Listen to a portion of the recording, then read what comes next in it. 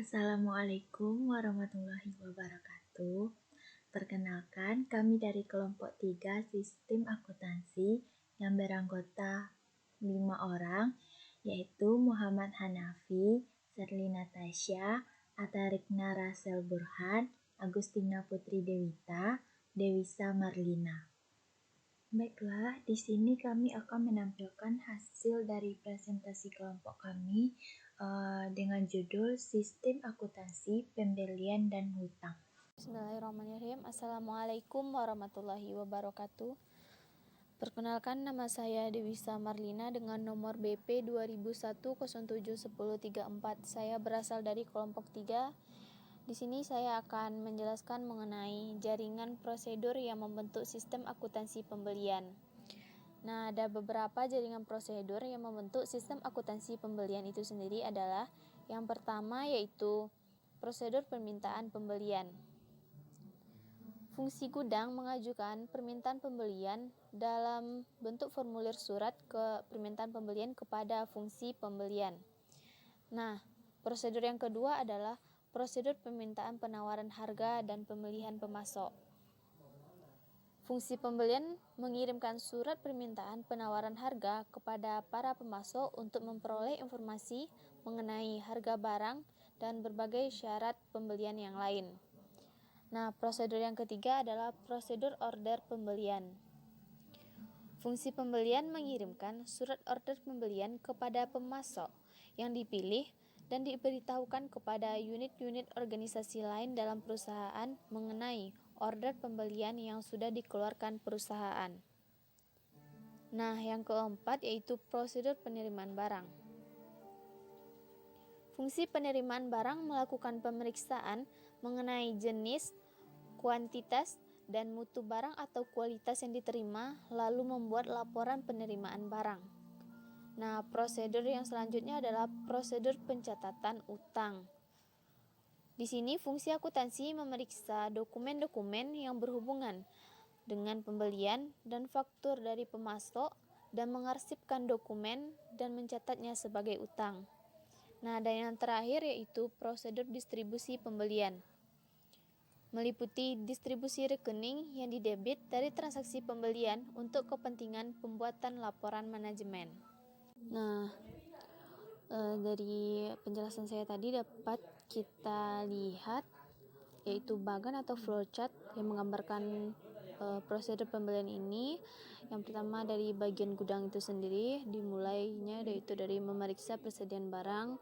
Lalu pihak gudang akan melihat sejauh mana atau seberapa banyakkah barang yang perlu kita order.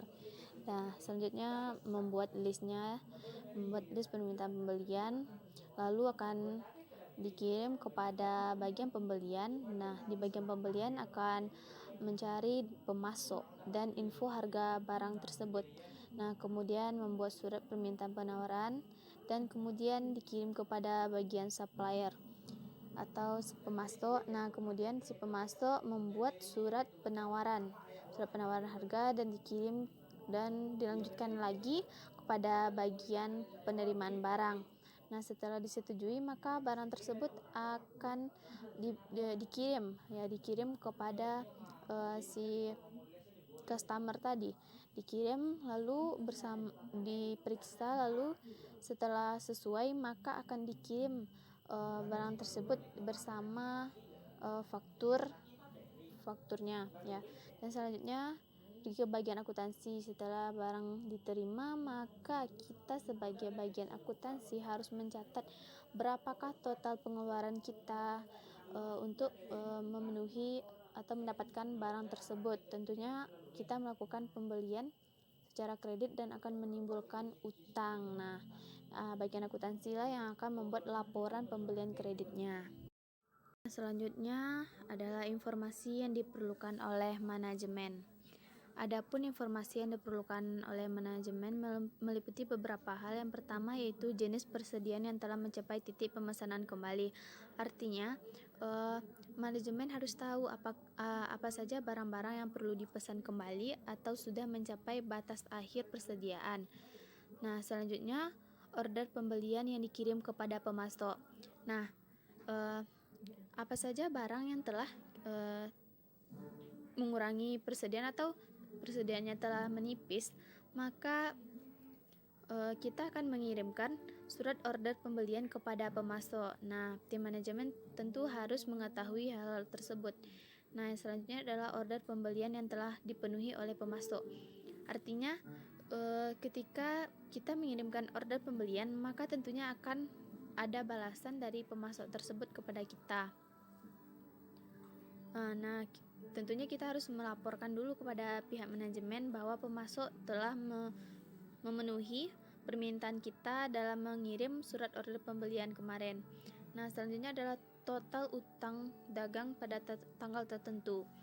Nah, ini berhubungan dengan order pembelian tadi.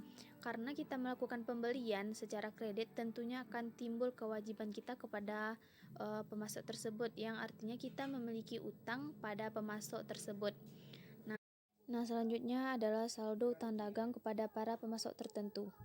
Nah, tentunya tidak hanya pada satu pemasok, kita memiliki banyak sekali utang kepada pemasok-pemasok lain, karena tentu saja dalam pembelian kita tidak hanya membeli satu jenis barang saja, tetapi ada beberapa macam barang, dan tentunya tidak semua pemasok itu lengkap, maka kita memerlukan pemasok lain.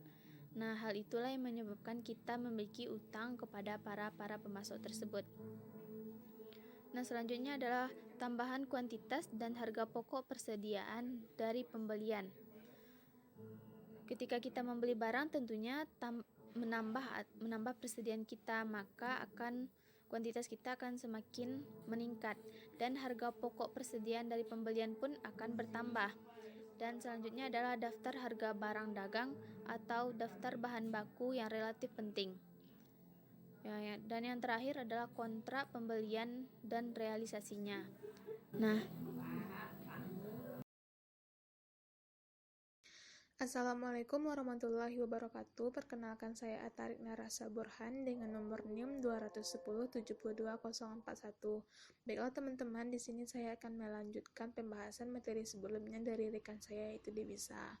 Nah, di sini saya akan menjelaskan dokumen-dokumen yang digunakan pada sistem pembelian. Yang pertama yaitu ada surat permintaan pembelian. Nah, surat permintaan pembelian ini merupakan formulir yang diisi oleh bagian gudang untuk meminta fungsi pembelian melakukan pembelian barang dengan jenis, jumlah, dan mutu seperti yang tersebut dalam surat permintaan.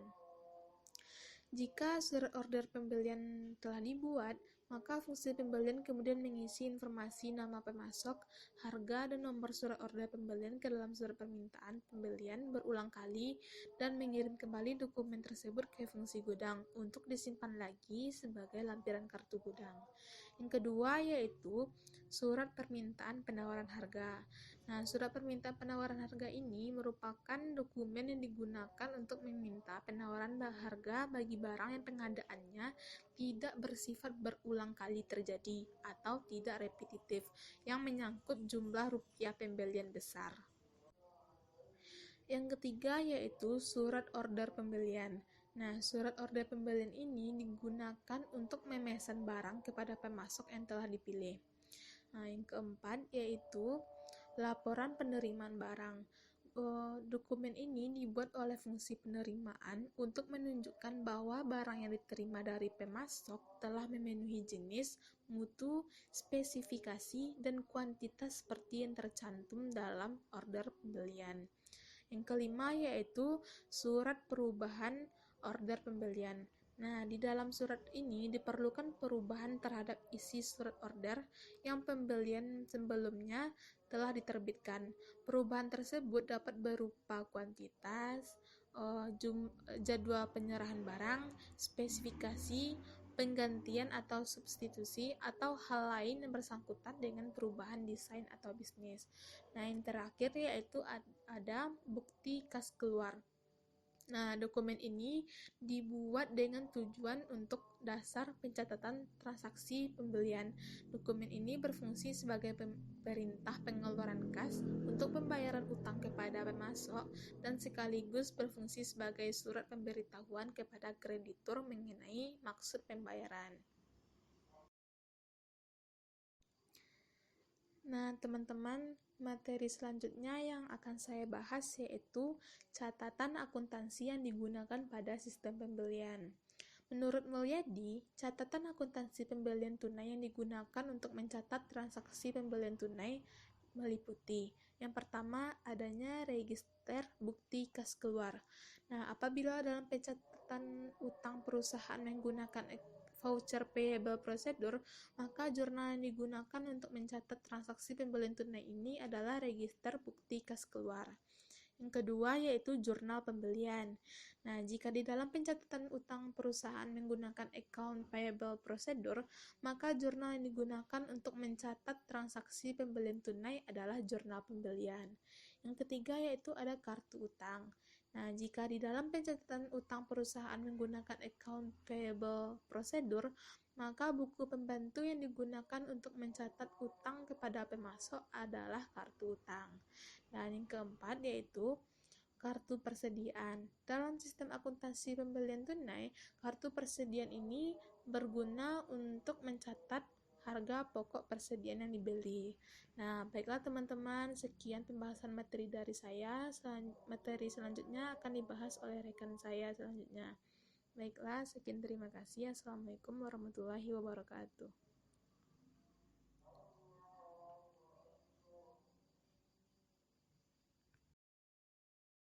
Assalamualaikum warahmatullahi wabarakatuh. Perkenalkan, nama saya Muhammad Hanafi dengan NIM 20010072013. Baiklah, saya akan melanjutkan presentasi tentang unsur pengendalian intern. Unsur pengendalian intern dirancang untuk mencapai tujuan pokok pengendalian intern akuntansi, yaitu menjaga kekayaan dan kewajiban perusahaan, menjamin ketelitian dan keandalan data akuntansi.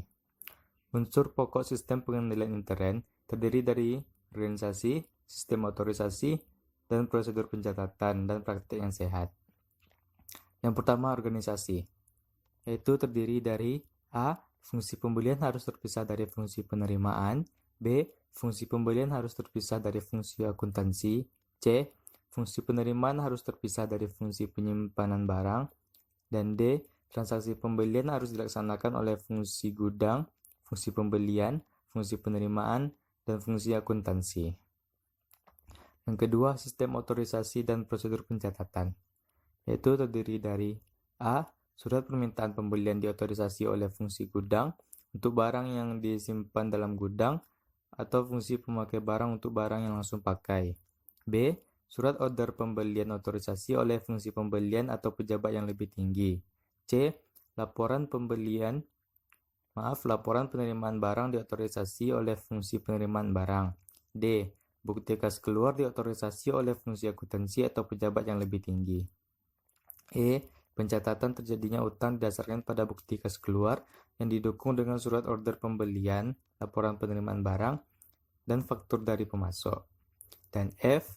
Pencatatan ke dalam kartu utang dengan register bukti kas keluar diotorisasi oleh fungsi akuntansi.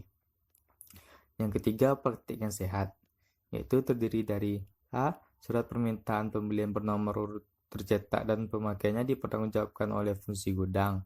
B. Surat order pembelian bernomor urut tercetak dan pemakaiannya dipertanggungjawabkan oleh fungsi pembelian. C. Laporan penerimaan barang bernomor urut tercetak dan pemakaiannya dipertanggungjawabkan oleh fungsi penerimaan. D. Pemasok dipilih berdasarkan jawaban penawaran harga bersaing dari berbagai pemasok. E. Barang hanya diperiksa dan diterima oleh fungsi penerimaan jika fungsi ini telah menerima tembusan surat order pembelian dari fungsi pembelian. Dan F. Fungsi penerimaan melakukan pemeriksaan barang yang diterima dari pemasok dengan cara menghitung dan menginspeksi barang tersebut dan membandingkannya dengan tembusan surat order pembelian. Assalamualaikum warahmatullahi wabarakatuh.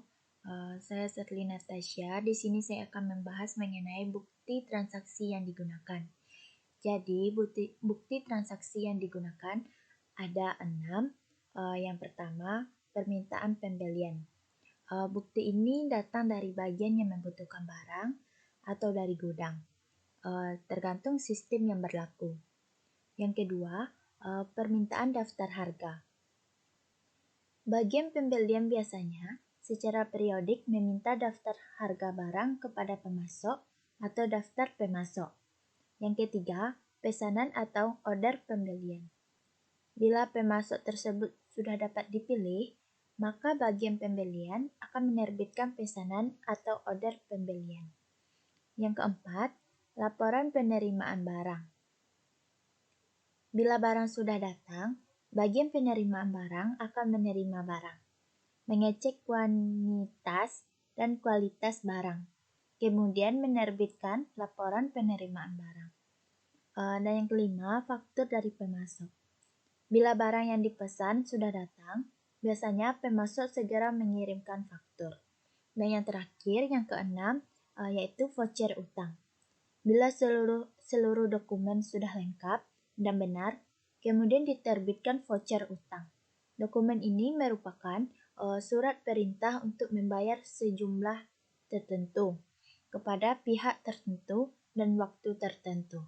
Selanjutnya, sistem retur pembelian. Barang yang sudah diterima dari pemasok ada kalanya tidak sesuai dengan barang yang dipesan menurut surat order pembelian. Ketidaksesuaian tersebut terjadi kemungkinan karena barang yang diterima tidak cocok dengan spesifikasi yang tercantum dalam surat order pembelian. Barang mengalami kerusakan dalam pengiriman atau barang diterima melewati tanggal pengiriman yang dijanjikan oleh pemasok. Ada beberapa fungsi yang terkait dalam sistem retur pembelian. Masing-masing fungsi mempunyai tanggung jawab masing-masing. Antara lain, pertama, fungsi gudang, yaitu bertanggung jawab menyerahkan barang kepada fungsi pengiriman seperti yang tercantum dalam tebusan memo debit yang diterima dari fungsi pembelian. Kedua, fungsi pembelian, yaitu bertanggung jawab untuk mengeluarkan memo debit untuk retur pembelian. Ketiga, fungsi pengiriman, yaitu bertanggung jawab mengirimkan kembali barang kepada pemasok sesuai dengan perintah retur pembelian dalam memo debit yang diterima dari fungsi pembelian. Dan yang keempat, fungsi akuntansi, yaitu bertanggung jawab mencatat transaksi retur pembelian dalam jurnal retur pembelian atau jurnal umum, berkurangnya harga pokok persediaan karena retur pembelian dalam kartu persediaan, berkurangnya utang yang timbul dari transaksi retur pembelian dalam arsip bukti kas keluar yang belum dibayar atau dalam kartu utang. Dokumen yang digunakan dalam sistem retur pembelian adalah memo debit dan laporan pengiriman barang. Memo debit merupakan formulir yang diisi oleh fungsi pembelian yang memberikan otorisasi bagi fungsi pengiriman untuk mengirimkan kembali barang yang telah dibeli oleh perusahaan dan bagi fungsi akuntansi untuk mendebit rekening utang karena transaksi retur pembelian. Laporan penerimaan barang dibuat oleh fungsi pengiriman untuk melaporkan jenis dan kuantitas barang yang dikirimkan kembali kepada pemasok sesuai dengan perintah retur pembelian dalam memo debit adalah fungsi pembelian. Baiklah, selanjutnya, catatan akuntansi yang digunakan dalam sistem retur pembelian. Yang pertama, jurnal retur pembelian atau jurnal umum. Digunakan untuk mencatat transaksi retur penjualan yang mengurangi jumlah persediaan dan utang dagang. Yang kedua, kartu persediaan. Digunakan untuk mencatat berkurangnya harga pokok persediaan karena dikembalikannya barang yang telah dibeli kepada pemasoknya. Dan yang ketiga, kartu utang. Digunakan untuk mencatat berkurangnya utang kepada debitur akibat pengembalian barang kepadanya. Selanjutnya, jaringan prosedur yang membentuk sistem retur pembelian. Yang pertama, prosedur perintah retur pembelian. Retur pembelian terjadi atas perintah fungsi pembelian kepada fungsi pengiriman untuk mengirimkan kembali barang yang telah diterima oleh fungsi penerimaan kepada pemasok yang bersangkutan. Yang kedua, proses pengiriman barang kepada pemasok. Fungsi penerimaan mengirimkan barang kepada pemasok sesuai dengan perintah retur pembelian yang tercantum dalam memo debit dan membuat laporan pengiriman barang untuk transaksi retur pembeliannya tersebut. Yang ketiga, prosedur pencatatan utang. Fungsi akuntansi memeriksa dokumen-dokumen yang berhubungan dengan retur pembelian dan menyelenggarakan pencatatan berkurangnya utang dalam kartu utang dan mengarsipkan dokumen memo debit sebagai pengurang utang. Baiklah, materi yang terakhir yaitu Prosedur pencatatan hutang. Ada dua metode pencatatan hutang. Yang pertama, account payable procedure. Catatan utang adalah berupa kartu utang yang diselenggarakan untuk setiap kreditur yang memperlihatkan catatan mengenai nomor faktur dari pemasok, jumlah yang tertentu, jumlah pembayaran, dan saldo utang. Dokumen yang digunakan seperti faktur dari pemasok, kwitansi tanda terima uang yang ditandatangani oleh pemasok, atau tebusan surat pemberitahuan yang dikirim ke pemasok yang berisi keterangan untuk apa pembayaran tersebut dilakukan. Catatan yang digunakan yaitu kartu utang, digunakan untuk mencatat mutasi atau saldo utang kepada tiap-tiap kreditur. Selanjutnya, jurnal pembelian digunakan untuk mencatat transaksi pembelian. Dan yang terakhir, jurnal penerimaan kas digunakan untuk mencatat transaksi pembayaran utang dan pengeluaran kas yang lainnya. Prosedur pencatatan utang pada saat faktur dari pemasok telah disetujui untuk dibayar, yaitu faktur dari pemasok dicatat dalam jurnal pembelian. Yang kedua, informasi dari jurnal pembelian kemudian diposting ke dalam kartu utang yang diselenggarakan untuk setiap kreditur. Pada saat jumlah dalam faktur dibayar, cek dicatat dalam jumlah pengeluaran kas, informasi dalam jurnal pengeluaran kas yang bersangkutan dengan pembayaran utang diposting ke dalam kartu utang. Dan yang kedua, voucher payable procedure. Dalam prosedur ini diselenggarakan kartu utang, namun digunakan arsip voucher yang disimpan dalam arsip menurut abjad atau menurut tanggal jatuh temponya. Dokumen yang digunakan adalah bukti kas keluar atau kombinasi bukti kas keluar dan cek. Bukti kas keluar ini merupakan formulir pokok dalam voucher payable procedure. Nah, formulir ini mempunyai 3 fungsi, yaitu sebagai surat perintah kepada bagian kas untuk melakukan pengeluaran kas sejumlah yang tercantum di dalamnya, sebagai pemberitahuan kepada kreditor mengenai tujuan pembayaran dan sebagai media untuk dasar mencatat utang dan persediaan distribusi lainnya. Catatan akuntansi yang digunakan adalah register bukti kas keluar dan register cek. Prosedur pencatatan utang dapat dibagi yaitu yang pertama, on time voucher procedure. Dalam prosedur ini, untuk setiap faktur dari pemasok dibuatkan satu set voucher.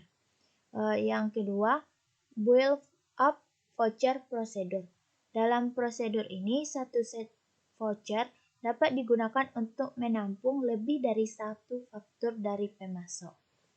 Nah, itulah hasil presentasi dari kelompok kami.